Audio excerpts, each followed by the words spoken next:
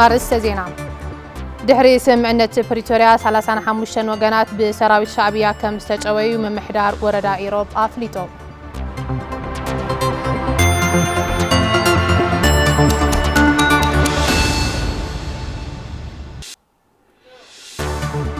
أب كتما مقالة كاب مأخل عداقة سلام تلاعلم بجزاوي كاب سهابهم تلواتنا ينقدبوتا بزي أقباب كل علو كمستعززو نقادو كتما مقالة أفليتو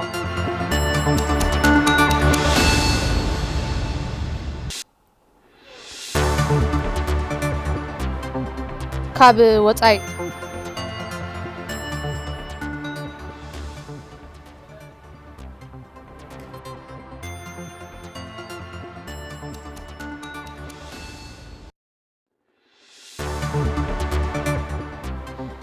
كارتوم نمقطعر أب زكاير زلو السودان زين سحبو عطوقات أب سلاميان وجنات قفعي كم زفتمهم BBC زرعيهم مرتعطات أما لاختهم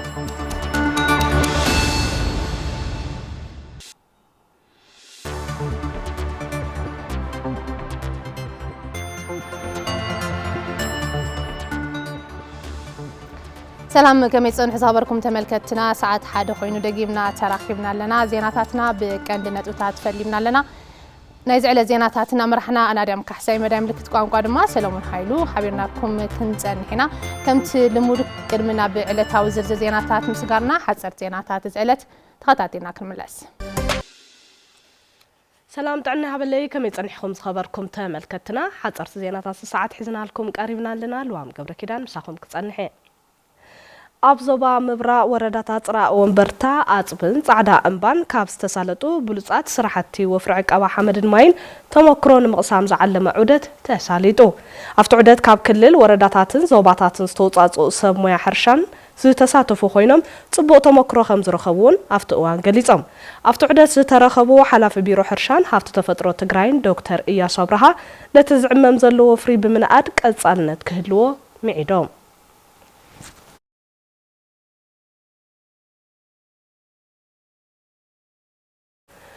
بيت مخري وردا أحساء سناي من محدار كنقص زتوادد صعري يتقلبيلو ات بيت مخري أفصاص مسرح قومت كوميتي وردان طابيان جمجيمو أمنقاس سناي من محدار حزب زي قلقل نابت حتاتنت أمنصا بزي أقباب زعدل زولو مريتن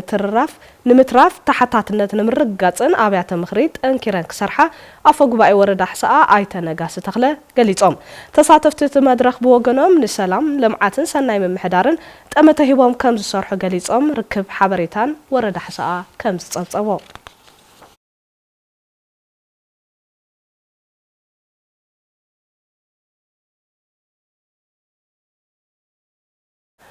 ناي بزح عمتات زنبرت أقام لاوندري حفشاو هوسبيتال سحول كم استفتحه اتو هوسبيتال قليصو بمتحوار بيروت عنا تقراين تكال قوار سناي منشن فور منشن حقز لاوندري نحفشاو هوسبيتال سحول شرا خمس تقبره اتو هوسبيتال افليتو وانا صراحة كايدو هوسبيتال سحول شرا ايتا إرمياس قوعش اتز تقبره حقز بممسكان اب اوان مطبحتي زل على ربحا كم زلو بمقلات كالوت حجزات تتناخيرو خقصل صويعم سرحتنياتات اتو هوسبيتال بوغنن بزح عمتات بإيدن نحصبا زبصحن زنبره دخام كم زق علللن قليصن ركب حزبي حفشاو هوسبيتال سحول شرا كم زصبصبو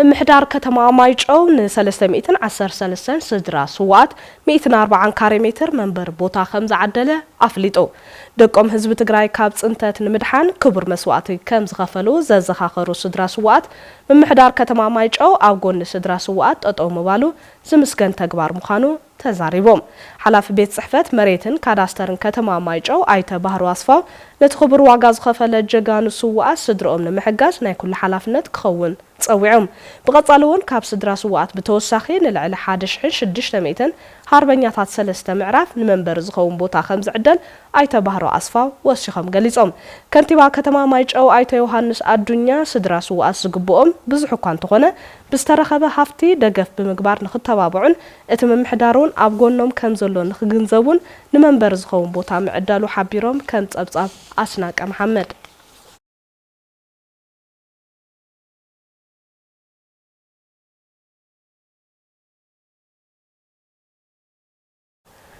ናብናይ ወፃ ዜና እንትንሰግር ርእሰ ከተማ ሱዳን ካርቱም ንምቁፅጻር ኣብ ዘካየድዎ ዘሎ ውግእ ዘንሰሓቡ ዕጡቃት ግፍዒ ከም ዝፈጸሙ ቢቢሲ ዝረኣዮም መርትዖታት የመላኽቱ። እታ ከተማ ቅድሚ ኣስታት 2 ዓመት ኩናት ሕድሕድ ካብ ዝጅመራት ሒዙ ብሓይልታት ህጹጽ ደገፍ ተታሒዛ ከም ጸንሐትን እንተኾነ ግን ሰራዊት ሱዳን ንመብዛሕትኡ ክፋል ዳግማይ ከም ዝተቆጻጸረ ይግለጽ። ኣብ ዝሓለፈ ሰሙናት ሰራዊት እታ ሃገር ንካርቱም ከቢቡ ጸኒሑ እዩ። ብማእኸላይ ሱዳን ኣቢሉ ካብ ደቡብ ብምግስጋስ ኣብ ሰሜንን ምብራቕን ዝርከባ ኣውራጃታትን ከተማታትን ኣብ ዝተቆጻጸረሉ ዝነበረ እዋን ዝተረፉ ዕጡቃት ሓይልታት ህጹጽ ደገፍ ናብ ማእኸል ገጽ ከም ዝተደፍኡ ጸብጻብ ቢቢሲ የመላኽት። ሰፊሕ ከባቢታት ናይቲ ዝተቆጻጸርዎ መሬት ሙሉእ ብሙሉእ ዓንዩ እቲ ከባቢ ብዝተበላሸወ መኻይን ዝተደርበዩ ኣቑሑት ገዛ ተረፍ ዝተዘመቱ ኣቑሑትን ካልኦት ፍርስራስን ሰፊሕ ዕንወት ከም ዝተፈጸመውን የረድእ። ሰራዊት ሱዳን ሰብ ኣልቦ ነፈርቲ ተጠቒሙ ጎደና ብጎደና ካብ ምቅላስ ዝተረፉ ዕጡቃት ክወፁ ዝጽውዕ ወረቓቕቲ ይብትን ከም ዘለውን ተገሊጹ ቢቢሲ ጸሪሑ ገብረ እግዚአብሔር ገዳሙ ከም ዝጸብጸቦ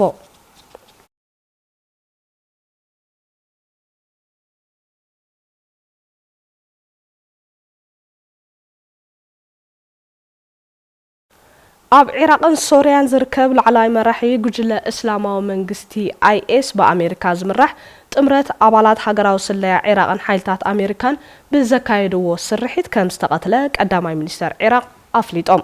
በአቡ ከዲጃ ዝፍለጥ ዓብደላ ማኪ ሙስሊህ አልሪፋይ ኣብ ዓለም ካብ ዝነበሩ ሓደገኛ አሸበርቲ ቁፅር ምንባሩ ቀዳማይ ሚኒስተር መሐመድ ሺያ አልሱዳኒ ገሊጾም። ኣብ ምዕራባዊ ግዝኣት ኢራቅ አልአንባር ዕላምኡ ዝወቅዐ መጥቃዕቲ ኣየር ብዘካየዱ ከም ዘካየደን በዚ ድማ ካብ ቀንዲ መራሕቲ ሓደ ዝኾነ ሓላፊ ናይ ዝለዓለ ውሳነ ዝህብ ኣካል አይኤስ ዝኾነን ብዓለም ደረጃ ብአይኤስ ዝካየድ ስርሒታት ሎጂስቲክን ትልምን ምህንዳስን ሓላፍነት ዝነበሮ ሪፋይ ከም ዝተቀተለ ማእኸላይ እዝ ኣሜሪካ ገሊጹ። መንነት ሪፋይ ሓይልታት አሜሪካን ኢራቅን ኣብ ዝሓለፈ ብዘካየድዎ ወፍሪ ምሊጡ ካብ ዝሃደመሉ ካብ ዝተኣከበ ዲኤንኤ ብዝተገበረ ምርመራ ከለልይዎ ከም ዝኽኣሉ ተሓቢሩ። ጀነራል ማይክል ኤሪክ ኩርላ ራፋይ ኣብ ዓለም ሓደ ካብቶም ኣገደስቲ ኣባላት አይኤስ እዩ ነይሩ ድሕሪ ምባሎም ኣሸበርቲ ምቕታል ክንቅጽለሉ ኢና ኣብ አሜሪካ ኮነ ዞባና ንዝርከቡ መሓዙትናን መሻርክትናን ኣባላት ኣብ ሓደጋ ዘእቱ ውዳበታት ምፍራስ ክንቅጽል ኢና ኢሎም ከም ጸብጻብ ወያንተ ብዙነ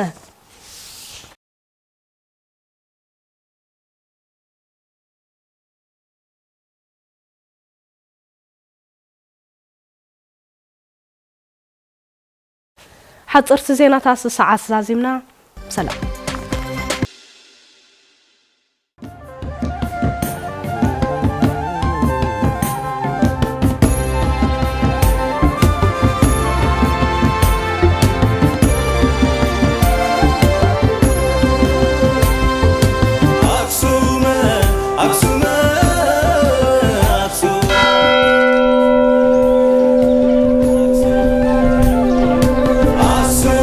سلطانة أكسوم قدم 3000 عامات ካብ ዝነበሩ ኣብ ዓለምና ዓበይቲ ስልጣነታት እቶም ውሕዳት ሓደ እዩ። ዓለም ዘይበጽሕቶ ቴክኖሎጂ ዓለም ዘይበጽሕቶ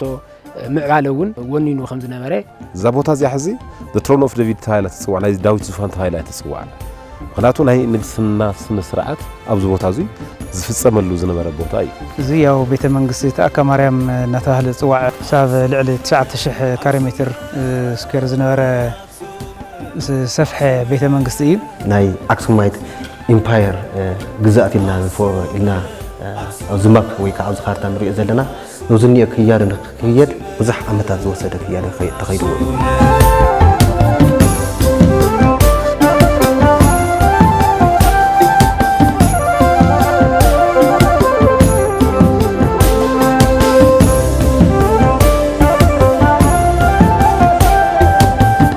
ኣብቲዋን ዝነበሩ አክሱማውያን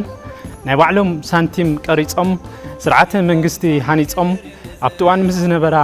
ምዑላት ዓድታት ቻይና፣ ህንዲ፣ ግሪክ፣ ሮማን ካልኦትን ንግድን ዝተፈላለዩ ዲፕሎማሲያዊ ርክባትን የካይዱ ከም ዝነበረ እዩ ታሪኽ ዝሕብር። ምስ መላእ ዓለም ብዝተፈላለየ መራኸቢ ብቀይሕ ባሕሪ ጥራይ ዘይኮነስ ብሶማልያ በርበራ ወደቡን ተጠቂሙ በዚ በመሬት ውን ናይል ቫሊ ወይ ድማ ግብጽ ሜዲትራኒያን ውን ካሊ ሩት ነይርዎ ናይ አጼ ካሊብ ሓይሊ ናይ ንግስተ ናይ ንኣብርሃ ዋሃጽ ሓይልታት ናይ ዓዶም ህዝብታት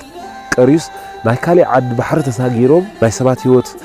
ብምሕጋዝ ክፍለጡ ዝገበሮ ሓወልትታት ዝተኸሉ ናይ ባዕሎም ሳናቲም ንሂዞም ቀሪጾም ምስ ዓለም በቲ እዋን ንሱ ዝነበረ ሓያላት መንግስታት ናይ ንግዲ ልውውጥ ዝገበሩ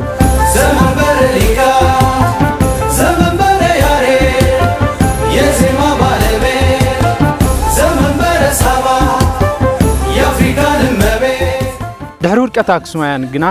ይትረፍዶ ሓድሽ ምዕባለ መዝጊብና ምስ ስልጣነ ዓለም ክንጓዓዝ እቶም ዝነበሩ ታሪኽን ቅርስን ኣክሱማውያን ሓሊና እውን ክንጓዓዝ ኣይከኣልናን ንምንታይ ኣብ ቀረባ ግዜ ተጸበይና ቴሌቪዥን ትግራይ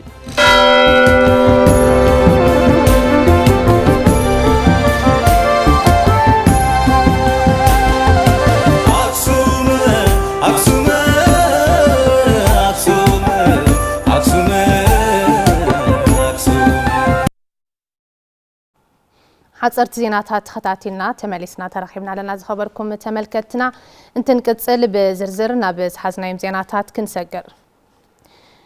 دحري سمعنت بريتوريا 35 وغنات بسراويت شعبيه كمستጨወዩ ممحدار وردا إيروب أفليتهم أب تحت سراويت شعبيه زلوات أباتات وردا إيروب بسرعات تمرتي ملواتن بحيلي مننت ناي مقيار سراحتي وغن كام زلو دمات غليصو سارا برهلي ابز زعبازي توساخي زلا ብሔረሰብ ኢሮብ በቅርበት ምስ ኤርትራ ዝዳቦ ማሕበረሰብ በመዃኑ ኣብ ዕለታዊ መነባብሮ ዝራኸቡ ዋላ እኳ እንተኾነ ሰራዊት ሻዕብያ ግን ኣብ ማሕበረሰብ ኢሮብ ኣብ ልዕሊ ወዲሰብ ክፍጸም ኢልካ ዘይግመቱ ግብዕታት ፈጺሙ እዮም ነዚ ድማ ቅድሚ 2 ዓመታት ዝተፈጸመ ውዕሊ ፕሪቶርያ ብብሔረሰብ ኢሮብ ልዑል ተስፋ ዝተነበረሉ ይኹን እምበር ብመሰረት ስምምዕነት ተኽሲዶ ዋላ እኳ እንተበለ ዛጊድ ዝተመዛበሉ ወገናት ናብ መረበቶም ኣመምላስ ይኹን ብሰራዊት ሻዕብያ ዝተወረረ መሬት ክምለስ ዘይምኽኣሉ ስዒቡ ህዝቢ ኢሮብ ብሰላሕታዊ ሞት ይጸነት መላው ዝገልጹ ካብዚ ብተወሳኺውን እታ ብቐረባ ንከተማ ዓዲግራት እትወስዶ መንገዲ ተዓጽያ ኣብ ጸገም ከም ዝወደቑ ይዛረቡ መንገዲ ተዓጽዩ እዝኒ ወፊሩ ዝኣትወሉ ናይ ዕዳጋኡ ናይ ካሊእ ካብዚ ማሕበረሰብ ኢሮብ ካብዚ ንዓዲግራት ናኸደ እዩ ዕዳጋ ዝገብር ዝነበረ ማለት እዩ ዝነበረ መንገዲ ተዓጽዩ ዘሎ ማለት እዩ ስለዚህ ግልጋሎ ዝበሃል ይብሉን ህዝቢ ኣብ ዓቢ ይጸገም ዘሎ ማለት እዩ ብመሰረት ውዕሊ ፕሪቶርያ ከምኒ ወረዳ ኢሮብ ዝኣመሰሉ መዋስንቲ ከባብታት ትግራይ ናይ ምሕላው ጉብእ ዘለዎ ሓይሊ ምክልኻል ኢትዮጵያ እዩ ይኹን እምበር ኣብዚ ሕዝዋን 4 ጣብያታት ኣብ ትሕቲ ሰራዊት መንግስቲ ኤርትራ ዝርከባ ካብዚኣተን እተን ክልተ ሙሉ በሙሉ ኣብ ትሕቲ ሰራዊት መንግስቲ ኤርትራ ክኾና ኣለዋ እተን ክልተ ድማ ብኽፋል ኣብ ትሕቲኦም ከም ዘለዋ ዝረኸብናይ መረዳእታ መላኺቱ ዘሎ ስለዚህ ነበርተን ኣብዚ ሕዝዋን ውሕስና ክስምዖም ብዘይ ምኻሉ ድማ ብሰራዊት መንግስቲ ኤርትራ ኣደዳ ጭውያን ሃፍተገነቶምን እናተወሰዶም ይዝርከባ ኣብዚ ሕዝዋን ሰብ ክጭወ ከሎ ዋስትና ዝኾነ የለን ሰብ ክቅተል ከሎ ዋስትና ዝኾነ ሰብ የለን ደቂ ኣንስትዮ ክድፈራ ከሎ ዋስትና የለን ዝረድአካ ኣካልስ የለን ባይዘ ህዝቢ ኣብ ዓብይ ጽቃይ ዝርከብ ኣብ ጭዋያ ኣብ ማሕሰይቲ ዝርከብ ናይ ጸላኢ ማለት እዩ ስለዚህ እቲ ህዝቢ ኣብ ዓብይ ሓደጋ ዝርከብ ህዝቢ ጣብያ ወልዓተ ማለት እዩ ጣብያ ዝወስድ ኣለው زعصر له زطفو يطفو له تبتين مربته حديقو خمزلو من قدي تسعينو خمزلو وزو يفلطو عطالي حردا له خفتي حردا له عادو يوسلون له نبي برور له بقى انكابي سبي هو جميروس كسع نبرنا طفينا نانينا أتي استخدام سممعنات بزقبا زي متكبارو سعيبو حزب إيروب دحر سممعنات بريتوريا وننتخونه 35 وقنات دهايوم كم زي فلات زقالتو أم حدار ورد إيروب مامر إياسو مسكانا بيراسب إيروب مليو كيت أناتا استوعاء على عكالات اتو علي نخفت أمو تعنتو كفات ريك بايبلوم بسفالة لمخنياتات اندخونو بناي سراوت ارتراز وصدوون اللو مالت هزيقنا نبزو قرب أوانات كن كاب دحري بريتوريا كن ناب 35 زخونو وهالوات ما يفلتن مالتيو سلازيه فدرال بأفريقيا حبريت أوروبا حبريت بأمريكا عالم الخينا بحق بس حون سلا زخونة سلازي هبيت أريحو هبيت مواجهتو تاي خوون زبل تناي وحودات خوينهم بهرك تف زي بقولوا تناي عالم حقون هبي كم زركوا اللون جاني أوه هب زل على جنك إذن هم عليه فلايد ما أبتحت سراوت شعبية زلوات أبيتات ورد إيروب سرعة تمرت ملوات أن بحيل من النتني مغيار سرعتي يوجن كم زلو أتوما ما حد عري يبرهم خير كاتري خلوا زيا أبتما قتلو صارت مزي مهلاو استويا وكل نجار بحيل سلزخونه طرحتو ناي هز انه محبراو صقم زي كونس صباحون ناي هلونا حدغا ተሰደቀኑ ህዝቢ ይሆን ነው ማለት ህዝቢ ኢሮብ ከም ህዝቢ ሓደጋ ህልውና ጋጢሞ ተሃለወ ብሰንኪ ፖለቲካዊ ውጥጥ መራሕቲ ትግራይ ዝግባ ቆላዕታ ዘይምርካቦም ዝገለጹ እቶም ወገናት ውዕል ፕሪቶሪያ ክፍጸም ጻውዒት አቅሪቦም ኣብ ትግራይ ዝተፈጠረ ኩነታት ምስ መንግስት ፌደራል ኮነ ኣብ ውሽጥና ዘሎ ጉዳይ ብፖለቲካዊ መፍትሒ ክፍታሕ ኢሎም ምክትል ፕሬዝዳንት ግዚያዊ ምምሕዳር ትግራይ ሌተናል ጀነራል ታደሰ ወረደ ሃፍታይ ባህረ ተወሳኺ ዘሎ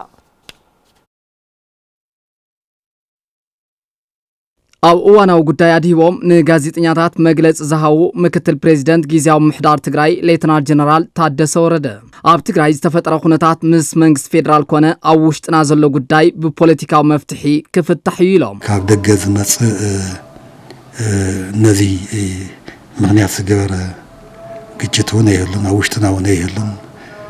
ካብ ደገ ዝመጽና ግጭት እውን የለን ስለዚ ሓደ ኩሎም ግምት ካኣቶ ዘለዎ ሕዝውን ትሽግር ክፍታሕ ኣለዎ ሕዝውን ፖለቲካዊ መፍትሒ ዘድልዮ ተዋሳሲው እዩ ተዋሳሲው ናብ ህዝቡን ወሪድ እዩ ናብ ከባቢውን ወሪድ እዩ እና ከምቲ ናይ መጀመርያ ዝነበሮ ቀሊል ዓይነት ኣይኮነን ስለዚ ብሰፊሕ ፖለቲካዊ ስራሕ ዘድልዮ ፖለቲካዊ መፍትሒ ምርድዳእ ዘድልዮ መፍትሒ ክኸውን ጥራሕ ሓደ ሊልካ ሓደ ምትካ ዓይነት ጌርካ ኣይኮነን ክረኣይ ዘሎ ስለዚ ሕዝቦን ፖለቲካዊ መፍትሒኡ ዝብል እምነት ኣለና ነዚ ዝኾነ ዓይነት ግጭት ድማ ነቲ መፍትሒ ዝጎድእ እዩ ቅቡል እውን ኣይኮነን ስለዚ ኣብ ውሽጥና እውን ኣይፍጠርን ካብ ደገ እውን ዝመፀና የለን ህዝቢ ትግራይ ዘልዕሎም ሕቶታት ንምምላስ ረብሓ ህዝቢ ማእኸል ዝገበሩ ስራሕቲ ክውገኑ እዮም ዝበሉ ሌተናል ጀነራል ታደሰ ወረደ ግዚያዊ ምምሕዳር ትግራይ ኣብ ምጥንኻር ቀዳምነት ተዋሂቡ ከም ዝስራሕ ገሊጾም ኩሉ ትግራዋይ ዘዘሎ ራእያ ሒዙ ብራእይ ዘይሕተተሉ ብራእይ ዘይብለሉ ዝመስለ ራእያ ሒዙ እውን ተደልዩ ክውደበሉ ተደልዩ ዝኾነ ዝኸደሉ ዓይነት ኩነታት ዝኾነ ስራሕ ዝሰርሐሉ ዓይነት ኩነታት ምቹ ኩነታት ይክፍጠር ዘሎ በቃ ዝተፈጠረ ክራክ እቲ ግዚያዊ ምምሕዳር ካብ መጀመሪኡን ልኡኹ ምፍፃም ብጣዕሚ ተፀገመሉ ዓይነት ኩነታት ከም ዝነበረ እቲ ካቢነ እውን ተራእዩ ስለዚ እቲ ምምሕዳር ምጥምኻር እዩ ዋና ስራሕ ናይ መንግስቲ ስራሕ ክሰርሕ ምግባር እዩ ዋና ስራሕ ውዕል ስምምዕነት ሰላም ፕሪቶሪያ ኣብ ምትግባርን ተመዛበልቲ ወገናት ናብ መረበቶም ንምምላስ ብቐጻልነት ተጠናኺሩ ከም ዝስራሕ ዝገለጹ ሌተናል ጀነራል ታደሰ ወረደ ኣብ ትግራይ ኣጋጢሙ ዘሎ ፖለቲካዊ ጸገም ኣብ ዝሓፀረ ግዜ ድማ መልክዕ ዝሕዘሉ ኩነታት ክፍጠር ኢሎም ትግራይ ረብሓ ክነራጋግፅ ንኽእል እምበር ትበሪ ተዓፅዩ ናብኡ ከይትኸይድ ዕፁብ በሪ ኮይኑ በቃ ከለይሓዝ ከለ ወንበር እከለ ናይ ፕሬዝዳንት ቦታ እከለ ይኸውንን በቃ እከለ ከንቲባ እከለ ይኸውንን እከለ ወረዳ ማሕዳሪ እከለ ክኾን ዘለዎ እዚ ኣብቲ ከምታት ዓይነት ነገራት ኢና ኣቲና ካብዚ ንውፃእ ካብዚ ነብል ካብዚ ወፂና ኢና ናብቲ ስራሕ ንኣቱ ተመዛበልቲ ምእታው ናይ ኦፐሬሽናል ስራሕ እዩ ዝርዝር ፕላን እውን ወፂና ኢና ምስ መከላከያ بتعمل ديتيل زخانة بلانو نوتينا نو سوكف تجبارات خما جيرني في السماء من مهنان زعون زبلنا كلت فات أنا نايت جراي تفات زريو يبلين أبناء تجراي أنت اللي نازيس بتعم حدا خوينا يكون كنا بلوز زي كارنا فلذي حدي يدقف حدي أماديو زري العينة خناتات يقاطم نيري فهذه أونا ونت 100% نات نسرع فتسينا نازلين طوان نايت خينات قد تعمي تشكيمو زنورت سراويت زي عبسلام خم زي لك تحاسوي بالكان أو خم زي عينة وطت كم زي عينك تحاسوي بالكان يقد سنة يزبلي هذه سراويت تان حطوطاتو تندليتاتو تنموجستاتو انتت اي مرد على دلي قنعنا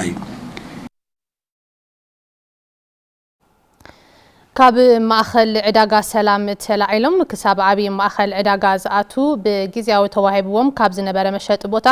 ብዘይ ኣገባብ ክለዓሉ ከም ዝተኣዘዙ ነጋዶ ከተማ መቐለ ገሊፆም እቲ መሬት ንሓርበኛታት ተጋሩ ተዓዲሉ እናሃለወ እዩ ብጊዜያውነት ነጋዶ ክወሃብ ክኢሉ ዝበለ ቤት ጽሕፈት ኣጠቓቕማ ምሕደራ መሬት ክፍለ ከተማ ዓይደር እዚ ድማ ስርዓትን ሕግን ዘይተኸተለ ከም ዝኾነ አብሪሎ ኢየሩሳሌም ገረመድህን በዝርዝር ሒዛተላ ቅድሚ ሕዚ ኣብ ማእኸል ዕዳጋ ሰላም እናተባህለ ዝጽዋዕ ከባቢ ስራሕቲ ንግዶም የሳልጡ ዝነበሩ ወገናት ክለዓሉ ብምግባር ኣብ በብ ክፍለ ከተማኦም ብግዚያዊ መሸጢ ቦታ ክወሃቦም ብዝተገበረ ምርድዳ ኣብ ክፍለ ከተማ ዓይደር ስራሕቲ ሸቐጣ ሸቐጥ ጀሚሮም ምንባሮም ይዛረቡ ጥቅምቲ 14 መዓልቲ ውረዱ ቦታኹም ረአዩ ገባሩውን ክሻዕ ጥቅምቲ መጨረሻ ተይዎ እዩ ክልከል ዕልዩ ቦታኹም ንዕረዩ ተይልና ወሪና ጥቅምቲ 14 መዓልቲ በዚያ ወሪና ቦታና ዚያያ ሰነውን ኢልናኩም ነርና ኢና ከዝግን ገባረ ልዕሊልና ይና ጣብያውን አርያ ከበደ ሀምዘይ ተመሓዳደረ ከሐሳ መሬት አም ተከሐሰ ሀምዘይ ተመሓዳደረ ወረቀት ይውና በታ ወረቀት መሰረት ተመሓዳዲርና ዘቦታ ተረኪብና ዘቦታ እዚ አስለ ዝሓዝና ለህዝብና ወንምጽና ሪናዮ ብድሕሪ ወጻለ ክንገብር ህዝቢ ዘሎ ገንዘብ ለኸዋጽ ኣብ ስምዕ በጽሕና ለዝቦታ እዚ ክንሰርሕ ማለት እዩ እንተኾነ ግና ብዙሕ ወጻእታት ገሮም ናብ ስራሕ ምስኣተው በቤት ማዘጋጃታ ክፍለ ከተማ ክለዓሉ ደብዳቤ ከም ዝተጻሕፈሎም እዮም ዝዛረቡ ግን ኣብዚ ኣጽንሑ ሞላፍታ ዓዊ ዕዳጋ ክተኣቱ ኢኹም ገና እየተበጀተሉ በጀት ብልተበጀተሉ ተብሂልና ግን ክሻዕሉ ኣውና ኣቱ ለይ ንጸንሕልን ኩልና ቆልዕቲና ንዕቢ እዚ አንድ ሓዲግና ስላበይና ክንከድ ንዳምኒና መነባብሮኦም ዘማሓይሹልን ደቆም ዝዕንግሉልን ስራሕ ብምዃኑ ዝገለጹ እዞም ወገናት ዘውጽዎ ገንዘብን ጉልበትን ኣብ ግምት ብምእታው ዝምልከቱ ኣካል መፍትሒ ክህቦም ሓቲቶም ልዕሊ 31 ሚሊዮን ወጻእ ገርና ኣሎ ጽቡቕ ነርና ምትሕባር ነርና ምስቶም ክፍለ ከተማ ኣጀኹም ይብሉና ነሮም ፕላን እዚ ወጻጽ ፕላን ናውዓል ፕላን ነወዩ ታይ ማለት እዩ ለተመደብ ፕላን ነው እዚ ወጽተሎ ናይ ትክልት ነና ወይኑ ናይ ቅመማ ቅመም ነና ናይ በርበረል ወይኑ ናይ ዘይት ወይኑ ናይ خዳውንቲ ጨርቃ ጨርቅ ምስ ጫማታት በሓደ ነና ናይ ሸቀጣ ሸቀጥ ነና እዚ ተቢሉ ብፕላን ለወጸለ ብፕላን ጸደቀ እዚ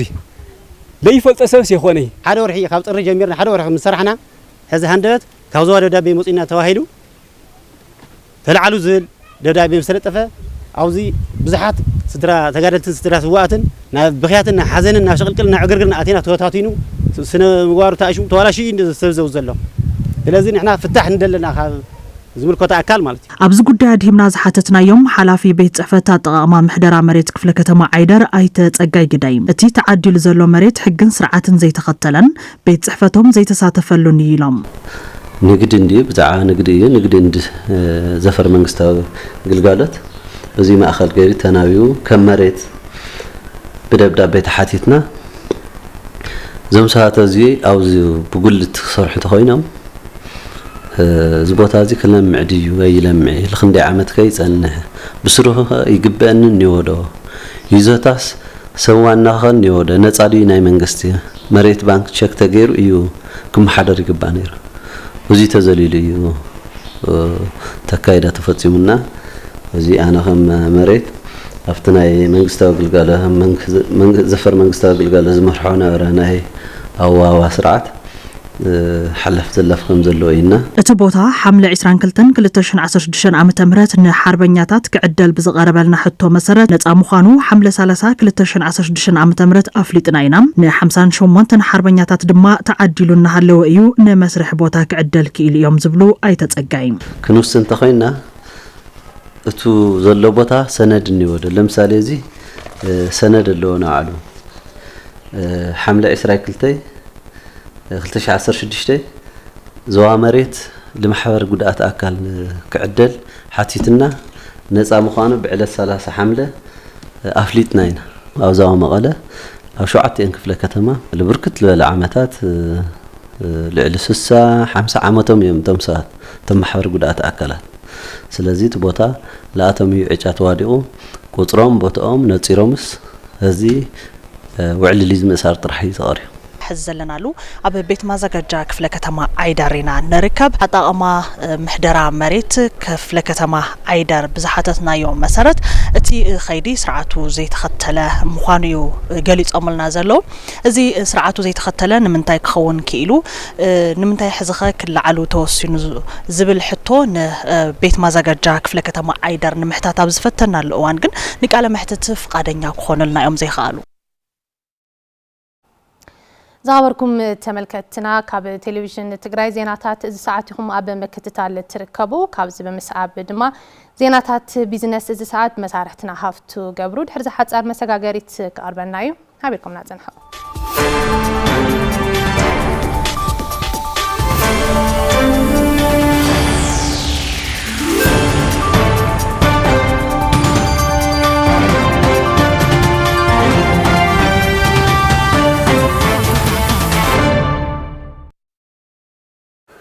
يمسجن أديم سلام تعنا هبل يزخوركم التملكتنا نزعل الزحرنا يوم زيناتات بيزنس حيزا قريبا لخون مكتتالكم عادمة فلما نزيناتات بيزنس سبونسرز قبرنا على ملخاو بانكم بس أيوم ملكتو دما تختاتين أخن ملس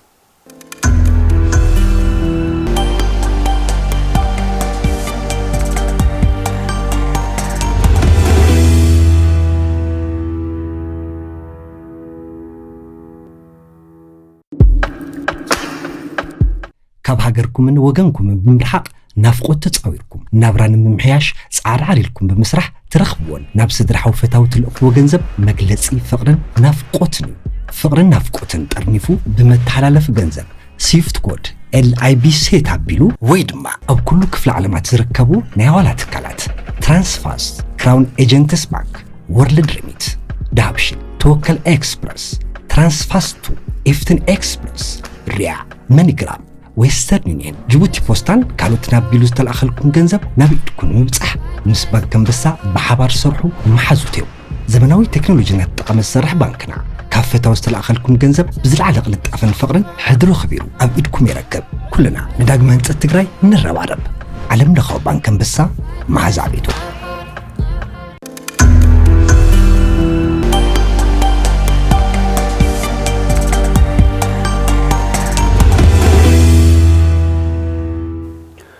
نسبونسرنا علم لخاو بانك مبسا أزينا نمسجن بانك وجاجن أبز عمت رحب ترجراي نزركبو عماويلو أستات كلتنا نتوحمشت بيلون برلقة حكم ذهب فليتهم حزون أفويتا بستبها لسرعة لقى حويسو أبستحات برك من نبابرو نزركبو كفالات حبرة سب تتكم تلقى حزقون العدلات يفترم هلا فليتو هافتم جبر يوحنس أبز زعبازي زرزر حزرلو سدرا سوى أدو 4 قلعة نباريت كتما مغلا مندر 7 كاري وزارة فيفن قروم وسن عقمي زنبرا دكوانا نمتن خارج كاب بانك وجاجن عدل لقاح كم زرهبات تزارب كاز جمرة حدا عامت جيرة بس جمر كله متن جنزة كاو عقو شحرش المعال تجلي جميرة ينيرة كاو فويتا مس جمرة 6 شهور حيقبر كاو 3 شحنتي ولدي والحور حشحن على مثل ما خفركم يسرح له صبوا ترف له تي معلته وش حرشت تكفل عقوس اللي زغبد كاو 3 شحنتي خونتنا يمدحن اشتي ماشين ساليت اتشولوني تطحن لجزئه صرت 4 شحي واقع كاو لبلو لصته وحيت بزح سلاز دقيق ب 3 شحزين لس نغاس لزي كونه سللا وسيفه كعقول وسيفه انقصاص بانكو غاغن زمቻቸው ስርዓት ለቃሕ ፎይታ ንዓይ ዓብይ ዕድል እዩ ትብል ወይዘሮ ፌቨን ደቂ አንስትዮ ስራሕ ዝጅምራሉን ዘጠናኽራሉን ጻዕርታት ክገብራት ምዕድ ኣነ ካብ ጸልማት ለብርሃን ያእቴ ምክንያቱ ኣደርባዕተ ቆልዕት እየ ዝረስው ኣትለየ ሕዚ ብዚ ዘለን ነታሽሙ ዓላማ እዚ ክሰምዕ ከለኹ ቀጥታ የላፍት ስርሓቴ ወይዘሮ ፌቨን ግርማ ሓዊሱ ንብዙሓት ተጠቀምቲ ዝገበረ እፎይታ ስርዓት ለቃሕ ባንክ ወጋገን በመስርሕ ሞባይል መተግበርን ኣብ ቀረባ ናብ በዘርከብ ጨንፈረት ባንክ በመኻድ ተጠቃሚ ምዃን ከም ዝከኣል ዝገለጸ ባዕልሞያ ስርዓት ዲጂታል ለቃሕ ባንክ ወጋገን ኣይተ ኣሌክሳንደር ሓድጉም እቲ ባንኪ ዓማዊሉ ተረባሕቲ ንምግባር ዝሕግዙ ሜላታት ለቃሕ ከም ዝተኣታተወ ኣፍሊጡ ካብቶም ብርክ ዝበሉ ለቃሓት ቶም 5 ዓይነታት ለቃሕ ኣብ ስራሕ ንርከበሎ ካብዞም 5 ለቃሕ ንኣብነት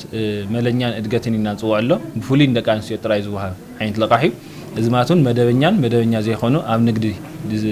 ንዘለዋ ኣሕዋትና እዩ خلأ بلا نقد فقاد نزلون إدقت تتقمت كوني خلا استحدث نقد فقاد متوقعين نحرم مالين لقى حسوس تتقمت كوني خلا ملنيا ما دما زي ما دبنيا ويدما نقد فقاد زي اللي عندك أنستيو بمتوقعين تتقيمن أو قرن نازلوا قرن جاف بمخاد تلقى حسوس داي خلاين توسخ دما عندك تعاتين دك أنستيو تساتف زقبر دما مقويا زبال عين تلقى حنيو زد ما تمساسالي نقد فقاد استحدث متوقعين حزم نقرأ نزلوا قرن جاف بمخاد تلقى حت كوني خوليو بتوسخ دما فويتا واسي ወይ ድማ እፎይታዊ ሓሰይና ንጽውዖ ኣሎ ዝኾነ ይኹን ዓሚል ናይ ወጋገን ሒሳብ ቁጥር ዘለዎ ትልቃሕ እዚ ተጠቃሚ ምዃን ይኽእል እዩ ማለት ባንክ ወጋገን ግዚኡ ዝጠልቦ ግልጋሎት ንምሃብ ኣብ ግልጋሎት ዲጂታላይዜሽን ትኹረት ይገብር ምህላው ዝተገለጸ እንትኸውን ዓሚል ዝተፈላለዩ ግልጋሎታት ብቐሊሉ ዝረኽበሉ ስርዓት ኢብር ተጠቃሲ ምዃኑ ሰራሕተኛ ባንክ ወጋገን ጨንፈር ዕዳጋ መቐለ ኣይተበሪው ኃይለ ስላሴ ይገልጽ። ብዙሕ አገልግሎት ከግኒ ይኽእል ለምሳሌ ና ትምህርት ቤት ክፍያ ክኸፍል ይኽእል በቐሊሉ ካብ ኢብር አካውንት ላ ወጋገን ባንክ አካውንት ገንዘብ ትራንስፈር ክገብር ይኽእል ና ትምህርት ቤት ክፍያ ክኸፍል ይኽእል ና ማይ ና መብራህቲ ከምኡ ናይ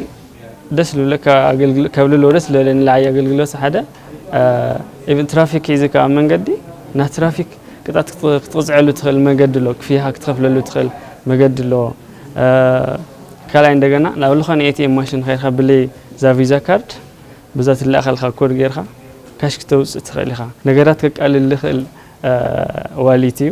ኩሉ ደንበኛ ክጥቀመሉ ነዋ። ባንክ ወጋገን ኣብዚ ዓመት ጥራሕ ኣብ ትግራይ ዝርከቡ ዓማዊሉ ኣስታት 2.5 ቢልዮን ብር ልቃሕ ከም ዝሃበ ድማ ኣካይድ ስራሕ ባንክ ወጋገን ጨንፈር ሰሜን ኣይተሃብቶም ገብረ እግዚአብሔር ኣፍሊጦም። ኣብዚ ዓመት እዚ ናይ ወጋገን ዓማዊል ዝኾኑ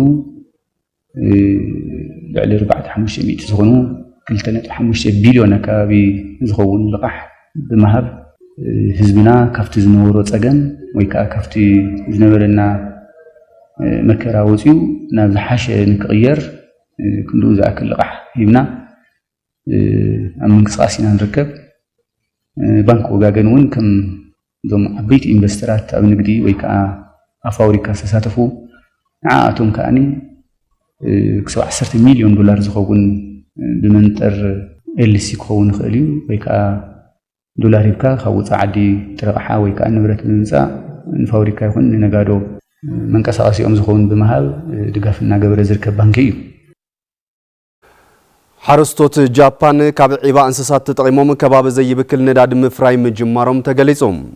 እቲ ኣብ ሰሜናዊ ክፋል እታ ሃገር ኣብ ትርከብ ደሴት ክፈሪ ጀሚሩ ዘሎ ነዳዲ ንተሽከርከርትን ካልኦትን ዝውዕል ፔትሮልየም ሓረስቶት ኣብ ከባቢኦም ዘሎ ዕቁር ሃፍቲ ናብ ረብሓ ንምውዓል ተለዓዒሎም ናብ ረብሓ ከውዕልዎ ጀሚሮም ከም ዘለው ተገሊጾም። ደሴት ሃኪዶ በረድ ዝበዝሓን ልዕሊ 1 ሚልዮን ኣላሕም ዘለዋ ከም ዝኾነትን ሓረስቶት ካብ ኣቕርቦት ፀባ ሓሊፎም ከባቢ ኣየር ዝብክል ዝነበረ ዒባ እተን እንስሳት ናብ ረብሓ ብምውዓል ኣብነታውያን ሓረስቶት ክኾኑ ኣኽኢልዎም ኣሎ ተባሂሉ። እቶም ሓረስቶት ዘፍርይዎ ዘሎ ፔትሮልየም ንመብሰል ምግቢ መሞቂ ኣባይቲ ተሽከርከርቲ ባቡር መራኸብን ነፍርትን ክውዕል ብቐጻልነት ከም ዝስርሐሉ ቢቢሲ ጸብጺቡ።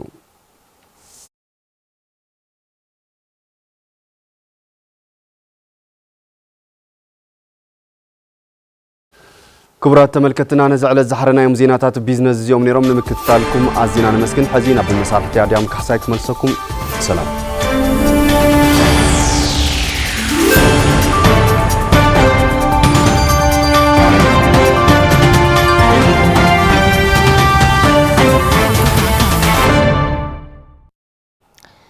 ንዜናታት ቢዝነስ ሃፍቶ ኣዝና ነመስግን እንትንቀጽል ኣብ ናይ መወዳእታ ምዕራፍ ዜናና ዜናታት ውሽጢ ዓድን ወፃእን ዘካተቱ ዜናታት ስፖርት ድማ ስዒቦም ቀርቡና እዮም። ሕዙን ጻንሒትኩም ሳና ይኹን። ሰላም ጥዕና ሃበና ድሓን ጸኒሕኩም ዝኸበርኩም ተመልከትና ነሳዕ ዝበልና ሓበሬታ ስፖርት ሒዝና ቀሪብና ሰናይ ምክትታል ኣብ ከተማ መቐለ ክካየድ ዝቐነየ ውድድር ሻምፒዮን አትሌቲክስ ትግራይ ተዛዚሙሎም ኣብ ውድድር ዝተዓወቱ አትሌታት ድማ ብቐጻልነት ብሃገር ለኸ ኣብ ዝካየድ ውድድራት ተሳተፍቲ ክኾኑ ንጸብጻብ ብርሃነ በየነ ከም ዝስዕብ ክቐርብ እዩ። ካብ 2 ክሳብ 6 መጋቢት 2017 ዓመተ ምህረት ኣብ ከተማ መቐለ ዝተኻየደን 21 ከተማታትን ወረዳታትን 5 ድማ ጋንታት አትሌቲክስ ዝሳተፋሉ ሻድሻ ሻምፒዮን አትሌቲክስ ትግራይ ዓቕሞም ክፈትሹን ዕድል ምምራጽን ክረኽቡን ዓብይ ግደ ከም ዝነበሮ ተሳተፍቲ አትሌታት ይዛረቡ። ኩሉ ንኽረአ ክለብ ንኽረአ ኩሉ ማለት አትሌቲክስ ሻምፒዮና ማለት በቃ አትሌቲክስ ኩሉ ማለት ዓቕሙ ዝፈልጠሉ ዓቕሙ ከዓ ዝርኤሉ ኮይኑ ኩሉ ድማ ማለት ዝጽዕረሉ ኣብ ዝለዓለ ደረጃ ንኽበጽሕና በቃ ዘሎ ዝግጅቱ ከም ትርእይዎ ደስ በሃሊ እዩ። ዝውድር እዚ ምክያዱ ብጣዕሚ ጽቡቕ እዩ። ንሕና ኣካሊ ዓዲ ኸይድና ዕድላት ንኽንረክብ ኬርና ክንሰርሕ ናፍቲ ስፖርት መንፈስ ንኽንምለስ ገይርና ኣሎ። ያው ብጣዕሚ ደስ በሃሊ ምክያዱ ሓሪፍ እንድዩ ካብኡ ንዓቕምና መፈተሺ ንጋንታታት መሕረይ ይኾነና እዩ። ካብኡ ብጣዕሚ ይጠቕመና ኣለና። ከምዚኦም ዓይነት ውድድራት ተተካት ኣትሌታት ምፍራይ ሰፊሕ ዕድል ዝፈጥር ዝበሉ ኣሰልጠንቲ ጋንታትን ወረዳታትን ብግድኦም ከምዚኦም ዝበሉ ውድድራት ተጠናኺሮም ክቕፅሉን ጠመተ ክግበረሎምን ይግባእ ይብሉ ኣብቲ ናይቲ ሕዌት ኣትሌቲክስ ናይ ባዕሉ ፅልዋ ኣለዎ እዩ ብሓፈሻ ግን ናይ ትግራይ ሻምፒዮና ነዞም ኣለዉ ዝበሃሉ ኣትሌታት ሕዚ ብዓለምና እትሪኦም ዘለኻ ብዙሓት ኣትሌታት ተጋሩ ሃገር ወኪሎም ናብ ዝሳተፍሉ ፒክ ታይም ዝበፅሕሉ እዩ እና ዝለዓለ ግደ እዩ ዘለዎ ዝኾነ ይኹን ውድድር ክካየድ ዘሎ ነቲ ኣትሌት ዓቕሙ ስለ ዝፍትሸሉስ ኣገዳስን ኣድላይን ይብስሩ ሕዚ ዘሎ ወጣት ሕዚ ዘሎ ዘውትንዮም ምድላው ግን ዓብዪ ተስፋ ገይሩ ትሰብ ናብ ካሊእ ከይሓስብ ህፃን ናብ ካሊእ ከይሓስብ ኣብዚ መፅኡ ፅቡቅ ውድድር ክገብር ካብዚ ውድድር ተገንዚቡ እውን ዓደይ ክዓቢ ክእል እየ ዝብል ሓሳብ ካብ ሞትን ካብ ስደትን ዝተርፈሉ ሚንስ ዝፍጠረሉ ዓብዪ ፀዋታ እዩ ለየ ወሲደ ተሓዊኡ ዝነበረ ጉልበታት ይኹን ክእለታትን ጎሊሁ ንክወፅእ ዓብዪ ሚና እዩ ዘለዎ ምክንያቱ ተሓደ ካብቲ ሓደ ተመክሮታት ካብ ሓደ ወረዳ ካብቲ ሓደ ወረዳ ካብቲ ሓደ ክለብ ካብቲ ሓደ ክለብ ኮታስ ሓደ ሰልጣኒ ካብቲ ሓደ ሰልጣኒ ዝወስዶ ብዙሓት ተመክሮታት ኣለዉ ስለዚ ኣብዚ ከምዚ ዝበለ ሰፊሕ ዘለዎ ስፖርታዊ ውድድር ክልመድን ክደጋገምን እዩ ዘለዎ እዩ ምስቲ ዘሎ ህሉ ኩነታትን ሕፅረት በጀትን ኩለን ወረዳታትን ከተማታትን ኣብቲ ውድድር ተሳትፎ ይገበራን ዝበሉ ክኢላት ቴክኒክ ፌደሬሽን ኣትሌቲክስ ትግራይ ጌታቸው ማሙ እዚ ውድድር እዚ ሓድሽ ኣትሌታት ዝረኣዩሉን ንቐጻሊ ብበርኪ ሃገርን ዝግበር ውድድር ኣትሌታት ዝሕረዩሉን ይክብሉ ይገልጹ ሓዚሕና ነካይድ ዘለና ውድድር እዚ ሰለስተ ተሽላሓዘ ሓደ ክለባት ዝምርፅሉ እዩ ካልኣይ ድማ ሃገር ወኪሎም ዝኸድሉ እዩ ሳልሳይ ድማ ብቕዓቶም ኣበይ ደረጃ ከም ዘሎ ዝምዝንሉ እዩ ዘን ካብ ሚያዝያ 21 ጀሚሩ እስካብ 26 በሃገር ብርኪ ኣብ ኣዲስ ኣበባ ኣሎ ቻምፒዮና መላእ ኢትዮጵያ ማለት እዩ እዚ ልካየደሉ ውድድር ዘን ዓቕሞታት እዞም ፈትሾም ናብ ክለባት ዝኣትይሉ ክለም ወኪሎም ዝኸድሉ ለማሰልጠኛ ማእከል ዝኣትይሉ ኣብቲ ዝተኻየደ ውድድር ብሓፈሻ ድምር ውፅኢት ካብ ወረዳታትን ከተማታትን ቀዳመይቲ ሽረ እንዳስላሴ ካልአይቲ ኣፅቢ እንዳስላሴ ሳልሰይቲ ድማ ከተማ ማይጨው ብምዃን ትዛዝማ መስፈል ኢንዱስትሪን ኢንጂነሪንግ ብሓፈሻዊ ውፅኢት ብጋንታት ቀዳመይቲ ብምዃን ተዓዊታ ፋብሪካ ሲሚንቶ መሰቦን ስራሕቲ ንግዲ ጉዳን ድማ ካልኣይን ሳልሳይን ደረጃ ብምሓዝ ውድድረን ዛዚመን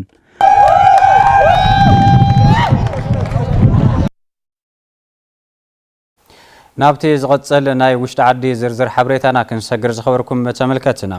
ኣብ ሰልጠንቲ ሰገናት ልዑል ትኹረት ክወሃብ ይግባእ ክብሉ ሰሙያ ብሽክሌታ ገሊፆም መሳርሕትና ገብረዛቤር ታደለ ብዝርዝር ዝሓረዮ ዛዕባ እዩ ተካቲ ብሽክሌተኛታት ምፍራይ ኣብ ሰገናት መሰረት ብምግባር ክስራሕ ከም ዝግባእን ጋንታት ማውንቴን ብበዝሒ ክጣሻ ከም ዘለዎንን ተወዳዳሪት ብሽክሌታ መርሃዊት ሓድሽ ካብ ትራንስ ኢትዮጵያን ተቀዳዳሚት ጽጌ ካሕሳይ ካብ መስፍን ኢንዱስትሪያል ኢንጂነሪንግን ገሊፀን መጀመሪያ ማውንቴን እንዲሁ ማውንቴንስ በቃ ከዓቢ ክእልኒኦ ክርከብ ክእልኒኦ ከዘን ጋንታታት ትእምታት ከዓ ኣውሃለሁ ከመስገንኮ ክሓልፈ ይደልን ከም ትእምት ከዓ ብዙሓት ካልኦታት ድርጅታት ከም ጌረን ክሕዛ እንጸውዒት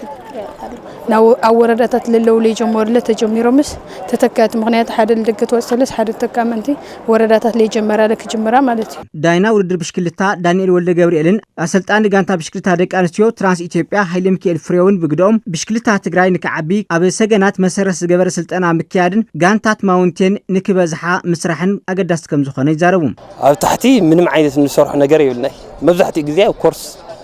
ኢና መብዛሕትኡ ግዜ ውድድራት ምናምን ነካይድ ዝሮዝረግን ዘም ኮርስ እዚኦም ጽባሕ ንጎ ተተካእቲ እንድሕር ለይብሎም ኮይኖም ናብ ዜሮ ኢና ንምለስ ተውድድር ያው አው ጽቡቕ ተወዳደርተ ኣለውና ኣብቲ ኮርስ ክንሪኦ ተለና ኣብቶም ማጓላትን ኣብቶም መወዳትን ኣብ ታሕቲ መጺኻ ግን ምንም ዓይነት የለይ ከም መቐለ እኳ ከም መቐለ ምንም ዓይነት ብግለብ ልንቀሳቀሱ ከም ለኃይለ መለኮት ሙሉራን ተዘይ ኮይኑ ምንም ዓይነት እንቅስቃሴ የለይ ተተካእቲ ክነግን ንኽእል ኣለና እና ጽቡቕ እንቅስቃሴ የለ መሲልና ዓድግራት ያ በጣም ዓብይ እንቅስቃሴ ትገብር ትመስገን ልግባ ወረዳ ዓድግራት ያ ከዘ خصሙን ጀሚረም ኣለው هم زرقهم شررون الله خالوت وقرون الله خالوت ولداتهم كسعوا الله تكات كله الله كابصاون تكابتا غراسروت كنسرحنينا ፕሬዚዳንት ፌዴሬሽን ብሽክሌታ ትግራይ መምህር ኣስፋ ገብረስላሴ ኣብ ዛዕባ ኣምርኪቶም ኣብ ዝሃቦ ምላሽ ተካቲ ብሽክሌተኛታት ንምፍራይ ምስ ምርከቶም ኣካላት ብሓባር ንምስራሕ ተሊሞም ከም ዘለው ይጠቕሱ ሓደ ኣብ ማውንቴን ክንሰርሕ ካልኣይ ክለባት ክበዝሓ ክንጽዕር ምልክት የርእየና ኣሎ ምክንያቱም ተወዳደርትና አትሊስት እንዳበዛሓ ብዝኸዳ ቁጽሪ ተውድድር ዓቕም እንዳሰፍሐ ይኸይድ ሓደ ውዚ ክንሰርሕ ኢና ኮሚሽነር ኮሚሽን ስፖርት ትግራይ መብራት ሃፍቱ ብወገነን ብብሽክሌታ ሓዊሱ ብዝተፈላለዩ ዓይነታት ስፖርት ተካቲ ስፖርተኛታት ንምብቃዕ እቲ ኮሚሽን ትልሚ ሓንጭጡ ከም ዘሎ ዕላው ገይረን ምስ ናይ በጀት ምስ ናይ ካልእ ተታሒዙ ድማ ክንሰርሖ ዝግባእ ስራሕ ዝተሰርሑ ስካዕ ኸዘ የለውን ጥራሕ ብናይ መዳርክቲ ኣካላት ዝግበር ዘሎ ድጋፋት እንተን ተወሰና ስራሕቲ እውን ሰርሕ ዘለና ግን ንቐጻሊ ንትሕዌት እውን ነቶም ናይ ቀጻሊ ተተካእቲ ዝኾኑ ስፖርተኛታት እውን ኣብ ታሕቲ ምስ ናይ ፕሮጀክታት ስራሕቲ ብኩሉ መዳይ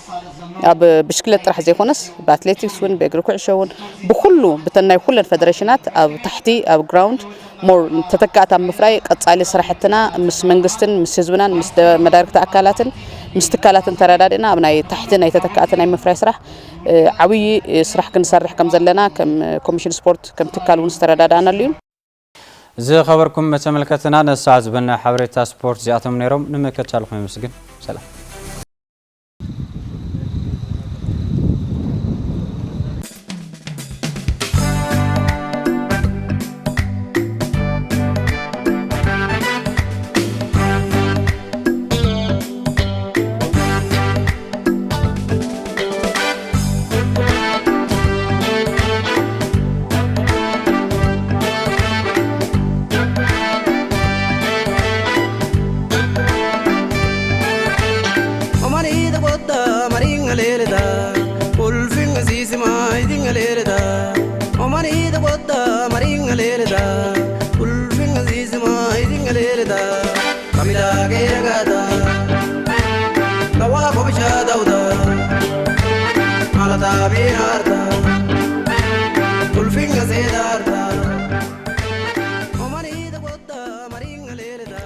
اب موداتا زين عرفت لنا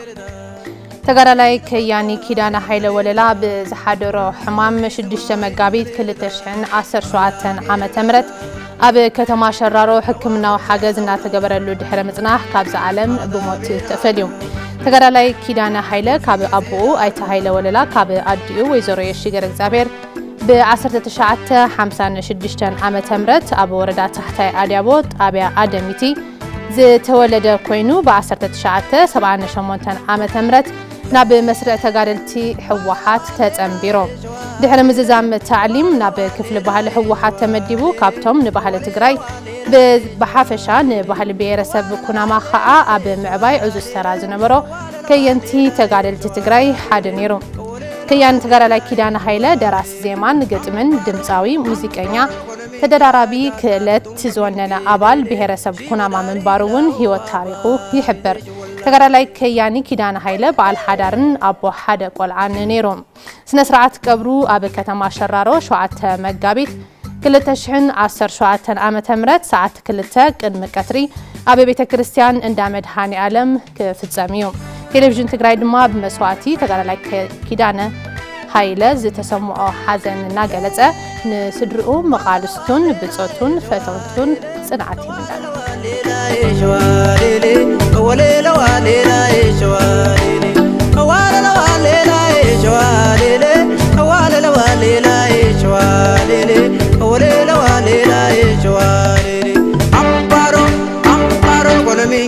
Tata kutung kaming kelele shimo dari glao baba ide chwalale